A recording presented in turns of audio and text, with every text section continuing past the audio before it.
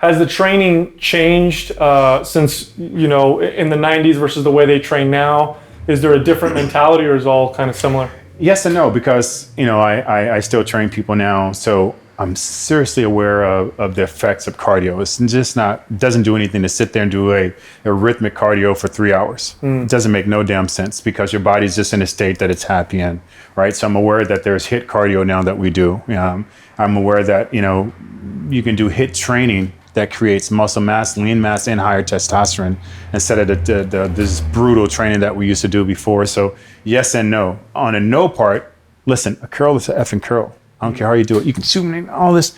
If you have that genetic to have great arms, you can do it like this. You're going to have great arms. So that's where the difference is. I think there's almost too much knowledge now. And what I mean by that is I almost consider like this. Analysis, was it paralysis by analysis? Exactly. I call it, you know, this whole generation is just too cerebral. They're so concentrated on this and their macros and their minerals. You don't even effing get it done.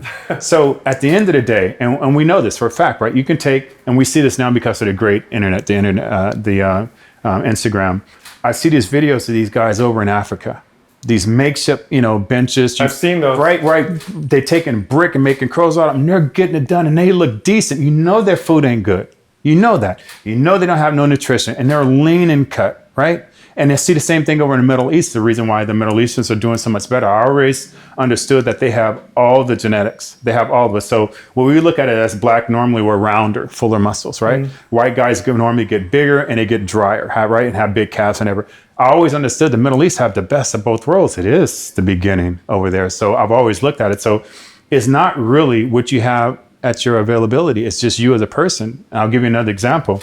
Guys in prison. Now, historically, we've known guys in prison have some of the biggest arms, craziest chests in the world. You know their drugs is garbage. You know their food is garbage.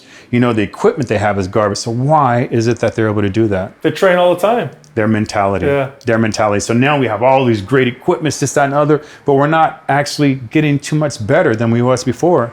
Take a Mercedes from 20 years back and compare it to the top brand Mercedes now, can't compare it. So why can you compare 20 years ago to this? I think, again, it's just people are so cerebral, they forgot about, I got to get out here and work my ass off and be consistent and dedicated to my craft.